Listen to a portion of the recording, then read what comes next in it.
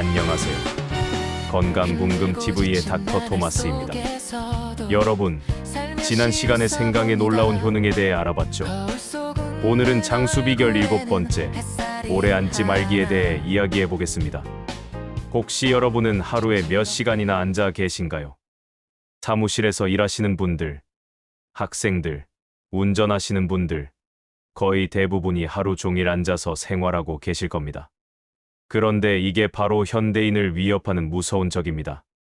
세계보건기구 WHO가 오랜 시간 앉는 것을 의자병이라고 정의했습니다.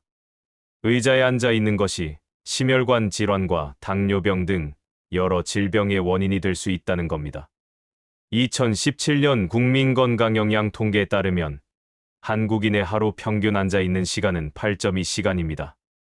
특히 19세에서 29세가 9.5시간으로 가장 많았고요. 30세에서 39세는 8.7시간이었습니다. 하루에 3분의 1 이상을 앉아서 보내는 거죠.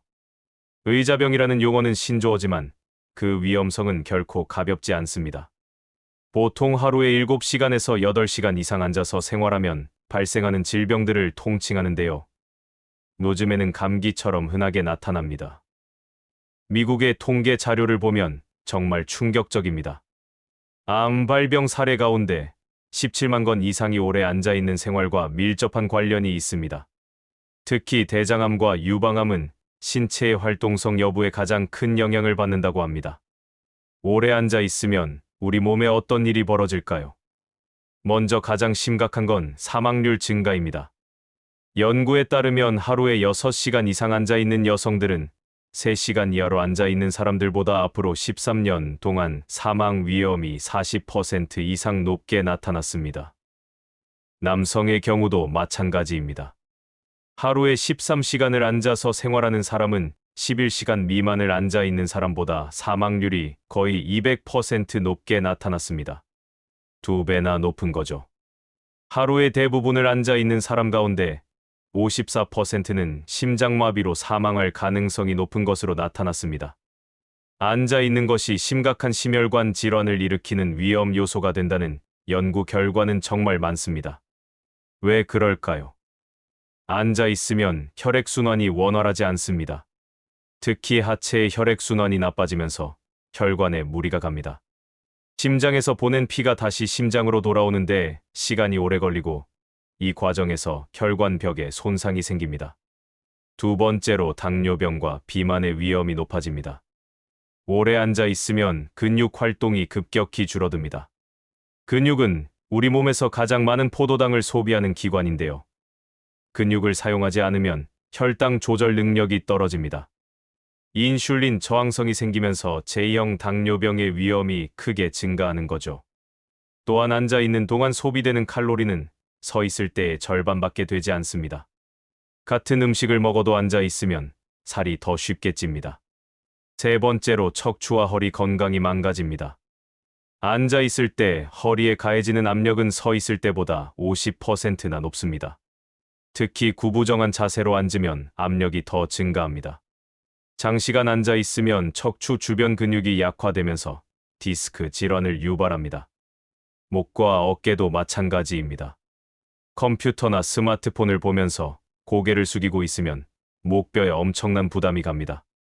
목을 15도만 앞으로 숙여도 목뼈에 가해지는 하중이 12kg이나 됩니다. 30도를 숙이면 18kg, 60도를 숙이면 27kg까지 증가합니다. 네 번째로 암 발병 위험이 높아집니다. 결장암, 자궁내막암, 폐암 등에 걸릴 확률이 더 높아질 수 있습니다. 줄곧 앉아 있을수록 그 위험이 더 커집니다. 특히 나이 든 여성은 유방암에 걸릴 확률이 더 높아집니다. 왜 암 위험이 높아질까요?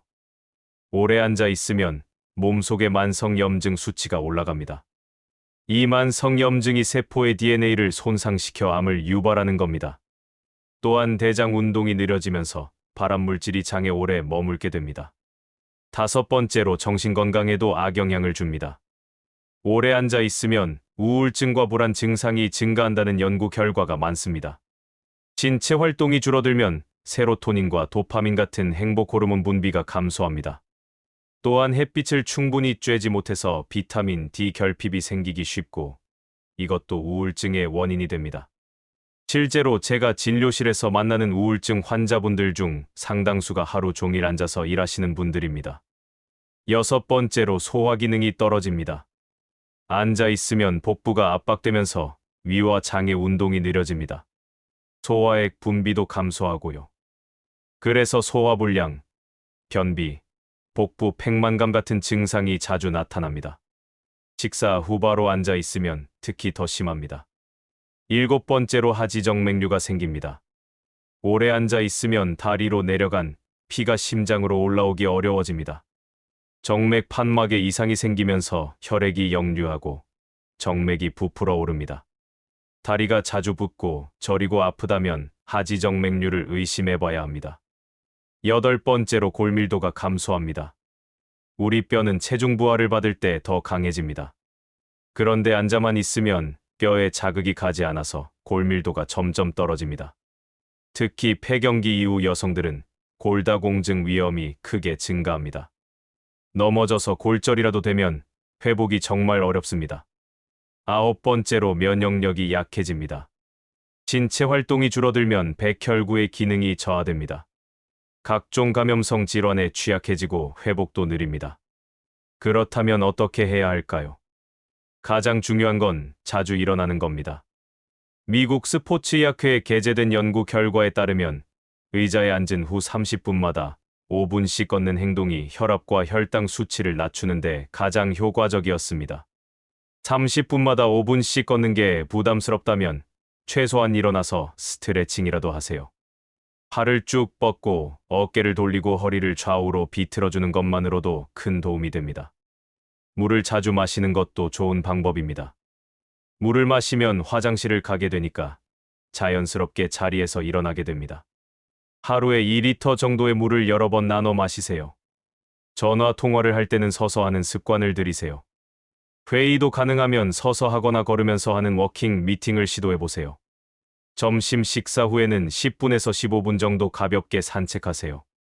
식사 후 바로 앉으면 소화도 안 되고 졸음도 쏟아지지만 가볍게 걸으면 소화도 잘 되고 오후 업무 집중력도 좋아집니다. 책상에서 일할 때는 스탠딩 책상을 사용하는 것도 좋습니다. 요즘은 높이 조절이 가능한 책상들이 많이 나와 있습니다. 앉았다 섰다를 반복하면서 일하면 훨씬 건강합니다. 완전히 서서만 일하는 것도 좋지 않습니다. 하루에 10시간 이상 앉아 있는 것은 심혈관 질환의 위험을 증가시키는 것으로 나타났습니다. 그렇다고 하루 종일 서 있기만 하는 것도 문제가 있습니다. 오래 서 있으면 하지정맥류나 발 질환의 위험이 높아집니다. 중요한 건 균형입니다. 앉을 때도 자세가 중요합니다. 허리를 곧게 세우고 어깨를 펴세요. 모니터는 눈높이에 맞춰야 합니다. 모니터가 너무 낮으면 고개를 숙이게 돼서 목에 무리가 갑니다. 키보드와 마우스는 팔꿈치가 직각이 되는 높이에 두세요. 의자는 등받이가 있는 걸 사용하고 허리 부분에 쿠션을 받쳐주면 좋습니다. 발은 바닥에 평평하게 닿아야 합니다. 발이 닿지 않으면 발받침을 사용하세요. 집에서도 마찬가지입니다. 소파에 오래 앉아서 텔레비전을 보거나 스마트폰을 하지 마세요. 광고 시간이나 프로그램이 끝날 때마다 일어나서 움직이세요. 설거지를 하거나 빨래를 개거나 청소를 하는 것도 좋은 활동입니다. 집안일을 하면서 자연스럽게 몸을 움직이는 겁니다. 주말에는 의식적으로 밖에 나가서 활동하세요. 등산, 산책, 자전거 타기, 수영 등 뭐든 좋습니다. 몸을 움직이는 게 중요합니다. 출퇴근할 때도 가능하면 걷는 시간을 늘리세요. 한두 정거장 일찍 내려서 걸어가는 것도 좋은 방법입니다. 엘리베이터 대신 계단을 이용하세요. 처음에는 힘들어도 꾸준히 하면 체력이 좋아집니다. 주차할 때도 일부러 멀리 주차해서 걷는 거리를 늘리세요. 이런 작은 습관들이 모여서 건강을 지킵니다. 운동도 중요하지만 더 중요한 건 일상 속 활동입니다. 헬스장에서 1시간 운동하고 나머지 시간을 다 앉아 있으면 소용없습니다. 이걸 액티브 카우치 포테이토 현상이라고 합니다. 운동은 열심히 하는데 나머지 시간에는 소파에 앉아만 있는 사람을 뜻하죠. 운동을 따로 하더라도 일상에서 자주 움직여야 합니다. 앉아 있는 시간 자체를 줄이는 게 핵심입니다. 아이들도 마찬가지입니다. 요즘 아이들은 학교에서도 앉아 있고, 학원에서도 앉아 있고, 집에서도 스마트폰이나 컴퓨터 앞에 앉아 있습니다. 성장기 아이들이 너무 오래 앉아 있으면 척추 발달에 문제가 생기고 비만이 될 확률이 높습니다. 아이들에게 밖에서 뛰어놀 시간을 충분히 주세요. 운동이 아니라 그냥 친구들과 놀기만 해도 좋습니다. 몸을 움직이는 게 중요합니다. 노인분들은 더욱 조심해야 합니다. 나이가 들수록 근육이 빠지고 뼈가 약해집니다. 오래 앉아 있으면 이런 노화가 더 빨리 진행됩니다. 또한 낙상 위험도 높아집니다. 오래 앉아 있다가 갑자기 일어나면 어지러움이 생기고 넘어질 수 있습니다. 천천히 일어나고 잠시 서 있다가 걷기 시작하세요.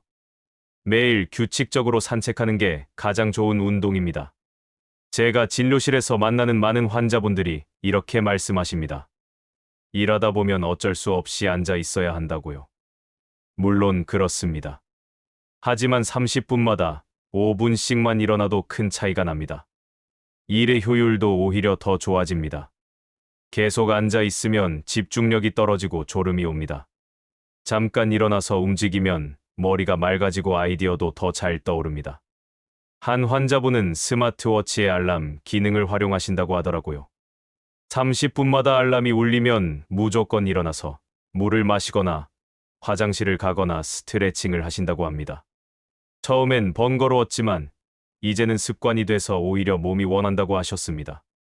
또 다른 환자분은 점심시간에 동료들과 함께 15분씩 산책하는 걸 루틴으로 만드셨다고 합니다. 처음에는 혼자 시작했는데 점점 동료들이 합류해서 이제는 4명이 함께 걷는다고 하시더라고요. 의자병은 현대인의 숙명이 아닙니다. 조금만 의식하고 노력하면 충분히 예방할 수 있습니다. 오래 앉아 있는 게 편하고 익숙하겠지만 그게 바로 건강을 해치는 지름길입니다. 반대로 자주 일어나고 움직이는 습관은 생명을 연장하는 지름길입니다. 오늘부터라도 30분마다 한 번씩 일어나는 습관을 시작해보세요. 처음엔 불편하고 귀찮겠지만 2주만 지나면 몸이 달라지는 걸 느낄 겁니다. 오늘은 장수 비결 7번째인 오래 앉지 말기에 대해 자세히 알아봤습니다. 의자병은 현대인을 위협하는 무서운 질병이지만 예방은 간단합니다. 30분마다 일어나고 자주 움직이면 됩니다. 그것만으로도 사망률을 크게 낮출 수 있습니다. 다음 시간에는 6번째 장수 비결인 이성 포옹에 대해 이야기해 보겠습니다. 스킨십이 정말 건강에 도움이 될까요? 과학적으로 어떤 효과가 있는지 흥미로운 연구 결과들과 함께 알려드리겠습니다. 오늘도 건강궁금TV를 시청해 주셔서 감사합니다. 지금 당장 일어나서 한번 쭉 기지개 켜보세요. 그게 바로 장수의 시작입니다. 건강궁금TV는 앞으로도 여러분의 몸과 마음이 모두 건강할 수 있도록 다양한 시각에서 건강을 바라보는 유익한 정보를 전해드리겠습니다. 단순한 의학 정보를 넘어서 삶의 질을 높이고 진정한 웰빙을 추구할 수 있는 지혜를 함께 나누겠습니다. 오늘도 시청해 주셔서 감사합니다. 여러분 모두가 몸과 마음이 조화로운 진정한 건강을 누리시길 바랍니다. 다음에 또 만나요.